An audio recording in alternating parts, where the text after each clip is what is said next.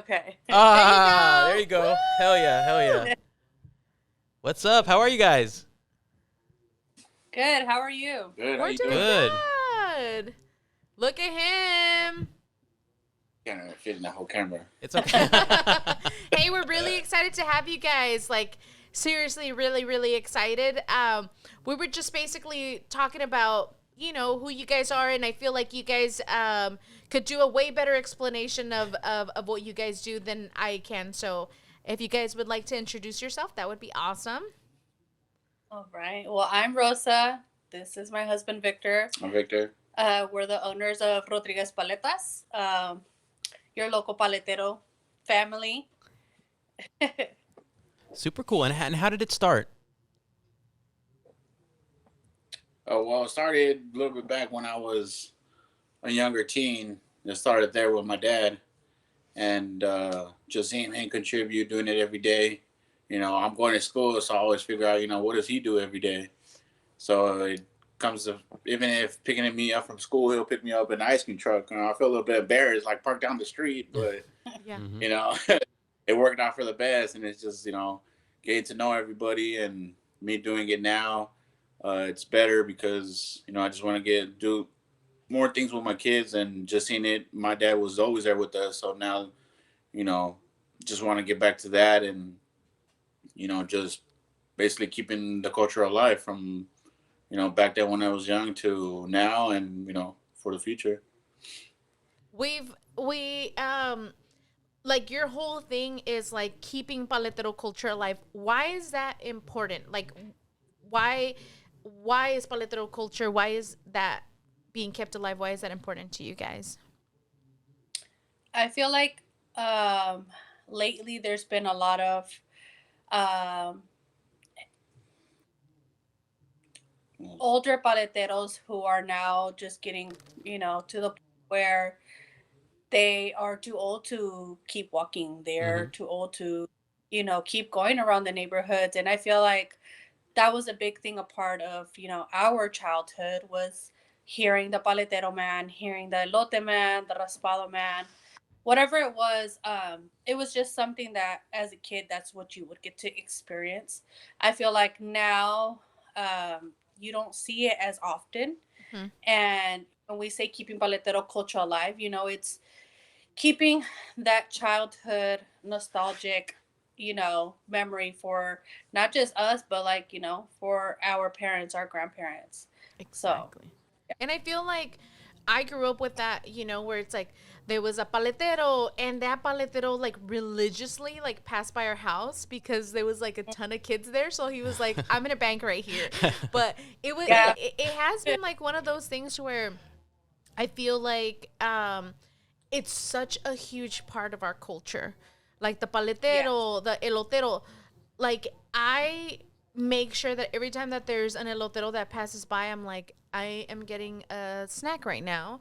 But it's like Yeah. it's so rare to see it now. Before it was like you heard that like horn or the little campanitas, and then you would be like, oh shit, there's an elotero. And now it's even more rare to even find a raspado guy, and Yeah. Yeah. so for me, like I remember growing up and thinking like, oh, here comes the elotero or the paletero or this or that, and you knew that like grandma was gonna take out a little monedero and be like, here, everyone go and buy like an ice cream, and it was like a bonding experience with all your primos, and sitting there and just being able to like interact with someone in the community.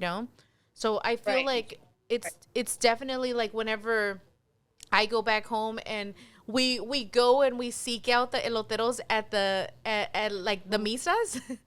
and I'm Yeah. like, this is the only place where you can actually find an elotero at church. And so I'm like Yeah. telling my daughter, I'm like, this is like the jam. Like this is like so good, and she's just kind of like she's not growing up with that. So it's like Exactly. it's hard to like, I'm glad that you guys are taking that initiative of keeping that cultural side alive. And Yeah. especially with all the stuff that you guys do for the community, like you guys are constantly fundraising for stuff. and Yeah. and I feel like with the fundraising and even just utilizing your platform to elevate street vendors. It's Yeah. really, really important, because there's a new ordinance that's gonna happen. So it's like, how do you guys feel about that, and like what street vendors have to go through? So, like, for us being first generation business owners, um, we weren't taught any of this. We weren't taught, how to market a business, how to apply for permits and licensing. And even if you're just selling paletas, a lot of people do not have the proper licensing because the help was not there. Mm-hmm. There's not someone who has gone through it enough to share that information with them. It's a scary process Yeah, because if you don't know, you know who you're looking for or where to even start, um, you just kind of give up. And I feel like a lot of small businesses do that, especially with street vendors. And I know with this new law that they're trying to do, it's great, but street vendors aren't out here making millions of dollars. They're not out exactly. here, buying a new Tesla. They're trying to put food on the table. So I feel like it takes advantage of street vendors really Yeah. just trying to make. So I feel like we try to use our platform to really help other businesses, help street vendors, like find the actual resources, talk to someone who's actually gone through the process, and if they have questions, they have questions that they can answer. And Exactly. is the permitting and licensing process, is it as daunting as it seems? Because I know that's the biggest issue in the beginning is like everybody's like, "Oh, I don't want to go through all that because it is a lot of work and paperwork and stress, but is it worth it to do that in the end?" I think like for us it was worth it because Yeah. I know we want to bring so much more to our business. We really want to um advance other than just selling around the neighborhood. We want to be at schools and do we want to do so much more. So for us, having the permits and the licensing has really opened doors for us. I know a lot of people don't want to do that, and that's perfectly fine. But for us, we really wanted to be doing more with our community. So we wanted to make sure that we were going to be okay. And the hassle of it is just really having to identify what permits you need. So like you need one to have frozen prepackaged things. Like Mm-hmm. that's something that you normally don't even know how to word properly. I know we struggled to Yep. try to figure out how to word it before it got approved. Yeah. You know, But if it comes back bad, let's try again. Maybe it's Yep. a different category or something. Mm-hmm. Yeah. yeah. It's only all the area. Like I said, we're doing it by ourselves. So we got it until it was the right one, and it was inexpensive as well. It's going all together at once. Yes, it looks expensive, but individually, Yeah. it's not so much. People it might be, but maybe we could help somebody out if they don't have that money to do Yeah. the permits or something like that. Maybe we could figure something out. And, Because it's inexpensive. Where we try to, if you don't know the information, reach out to us and we'll try to help you get the information that you need, the proper wording of permits if we can. and that was my Just next here. question. What's the best way for people to reach out to you with these specific questions? So I have started to do like a Skype call or a Zoom call with some businesses, but even just sending us a message on our social media, we do our very best to try to get back to people as quickly as possible because we know, some people are impatient because they want to get started and they Yeah. just Mm-hmm. going to the office, especially with COVID, that was like very difficult for us because you couldn't just walk into the office. Mm-hmm. And it was Exactly. really hard to get someone on the phone to even just answer some of our basic questions. And I think that's the most important part, I think, for some people is just they'll be able to reach out to you and that you can kind of talk them through it. Because I think sometimes when you don't know, you're just like, oh my God, this is going to be too expensive or the process is going to be Yeah. too Yep. exhausting. But at least they can talk to you, somebody who's done it, that can kind of talk them through it. And I think that's super valuable. Yeah, I feel like that's like such a valuable thing, because it's like for me, like there was a lot of situations where it's like I wish that I had someone that I could kind of like just pick your brain and be like, is am I doing this right? You know, Right. and for you guys to like obviously be like, we've done it before and this is what we did, you know, it's such a huge crucial part to like building that kind of like relationship where, you know, it's like this community of other street vendors, you know, and I feel like, you know, for me, like growing up and being around like the street vending and all that kind of stuff, a lot of them don't speak, you know, English, or don't understand like these insane documents that you're just kind of like, me even like speaking the language is like really difficult to be like, what are they talking about? So it's like it's really nice Right. to be able to have someone that you could like trust and like feel like you're not gonna get judged by them, you know, and for you Yeah. guys to like just kind of be like, look, we just all want to thrive, you know, we all want to work Right. together, and you know, which I feel like is really, really important. Right. Yeah. I feel like our main goal is to grow as a community. You know, there's enough space for all of us to win, for all of us to, succeed. Whatever your business is, Mm-hmm. whatever thing you're selling out on the street as a street vendor, there's enough for all of us Yeah, to eat at the same time. So, exactly. And vendors yeah. and businesses, they complement each other.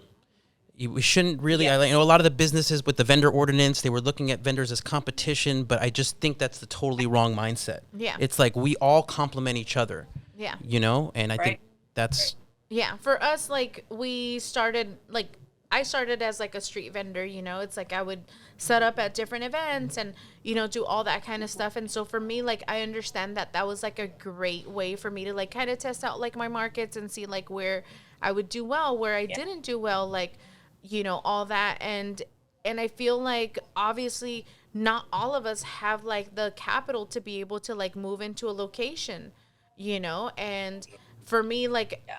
being able to like be you know there with like street vending and do all that kind of stuff and how alive it makes a neighborhood look, has been one of the things where it's like I feel like that's kind of like how we got to meet you guys and get involved with like you know what you guys were doing and like really just be like, oh wow, like they do this and it's totally different than what everyone else is doing.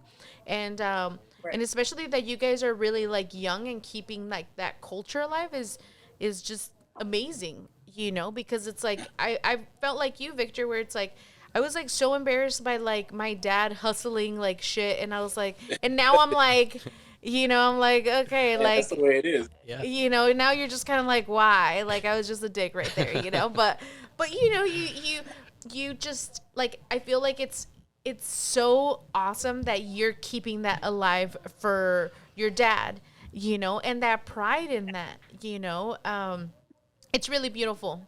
I love that you guys are doing it and you guys take the kids with you guys, Mm-hmm. which is freaking Yeah. awesome. Awesome. You know, and so then it's like, oh crap, like, and that pride that they get to see like their parents do it is, you Right. know, it's like they're gonna be like, dude, if my mom could do this, like I could do anything, you know. Mm-hmm. So it's very Oh, inspirational for us to like see you guys as a family doing it all together. So yeah, you guys are definitely like a huge inspiration. Yeah, thank thank you. you. Thank you. Yeah. Yeah, they have a lot of fun with it, especially because they get to test the ice cream. They get to they tell their friends, like, what do you do after school? Oh, well, I'm going to be eating ice cream. What are you going Hell to be yeah. doing? Hell yeah. That's the goal. That's the goal. Yeah. Right. Yeah. That's the perks Yeah, they have a of lot of it. So, and they like to tell their teachers, they like to tell the schools, like, if you guys want to have an ice cream party, just call my mom and dad.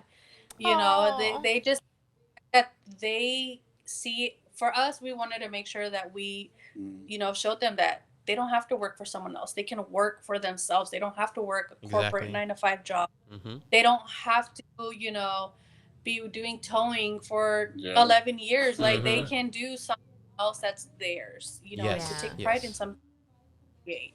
Yeah. So that so was like our true. main goal business. So To help them too to grow up themselves. Like if they play a lot of games, so if they want like V Bucks or other token stuff, they gotta learn. I'm not just gonna give it to let's You go gotta out work. and go sell. Come with me. Let's go. You know, You gotta work. majority of Right. the times, a lot of they give them tips. I'm like, look, you just got tokens right there. Exactly. So it kind of helps them. And then I make sure to tack whenever Ice does that. I make sure to take a little her taxes as well, kind of thing. He does tax her. I'm like, here's $10. Let me take 3, Exactly. just to get her used to it. So checked up. Yeah, it teaches them hard work and it teaches them independence. Like for us, we try to involve them from start to finish. So if we know we're gonna go out to go sell, what ice creams are we missing? What ice creams would you want to try to see out there? Mm-hmm. Go ahead and grab the ice cream and go put it in the cart, and organize it how you would, sell it out on the street. So it's teaching them more than just being stuck going with their mom and dad to go sell ice cream. They like to interact with people. So, it teaches them customer service. It teaches them, social skills, Mm-hmm. them money counting, things that they'll need later on, whether Yes. they want to continue doing this business or not. The main goal is for them to be independent little humans on their own. Yeah. Yep. And I feel like that's like those are life lessons. Life lessons, And I just like right now I totally like clicked. I'm like, you guys have like the total target audience of like kids. You have kids and you're like, hey, what do you guys like? And it's like you guys are ahead of the game. Like Right? what kind of paletas do the kids your age like, So dude, that is so awesome because it's like I feel like that's definitely like the target audience of like the little kids being like, quiero una paleta. And then you're like, yeah. So it's like because you guys have 4 kids, right? 3. 3. Okay. And so, which is like freaking awesome because it's like they're all age ranges. And so then you're getting like the opinions of like the most important consumers of your of your product, So yeah, you guys are masterminds. Yes. I love that. Was there anything that you guys would love to like share or anything like that before we end the interview? Anything like you guys wanted to say? We're thinking about getting some work together. I wanted to do. I was talking to my wife about it. Maybe November or December. I wanted to start like a pillow drive, like especially for all the homeless. Nice. Everybody could use a pillow downtown. I see last night dropping my wife off. Like there's a homeless guy and he's just with his backpack. I'm like, man, he could sure use a pillow. Hell yeah. So, So I cute. want to get that or something like that. Around November, December, somewhere around there, so, and also with our backpack drive as well for a back to school drive, we're starting to get in works with that as well to get many backpacks as we can to donate to schools. Yeah. And So we're doing the fundraiser, our first fundraiser, where we're allowing people to enter their kids' classroom or sponsor a teacher. When we first announced it, I totally forgot that it was random random act of kindness day. So a lot of people are donating sponsored classes. So I thought that was really cool. Yeah. That's such a great way of like, doing something really nice for like the classroom. So yeah, let us know how we can get involved. Like we would love to help. Any way possible. Yeah. Those are, they're huge. They make a huge impact. So we would love to help in any way that we can. yeah, appreciate it. Yeah. Sure. Thank you. And thank you guys again. Having us. Yeah, of thank course. you That was fun. guys. Thank you. Like, yeah, Thank another you. another Take care. power couple.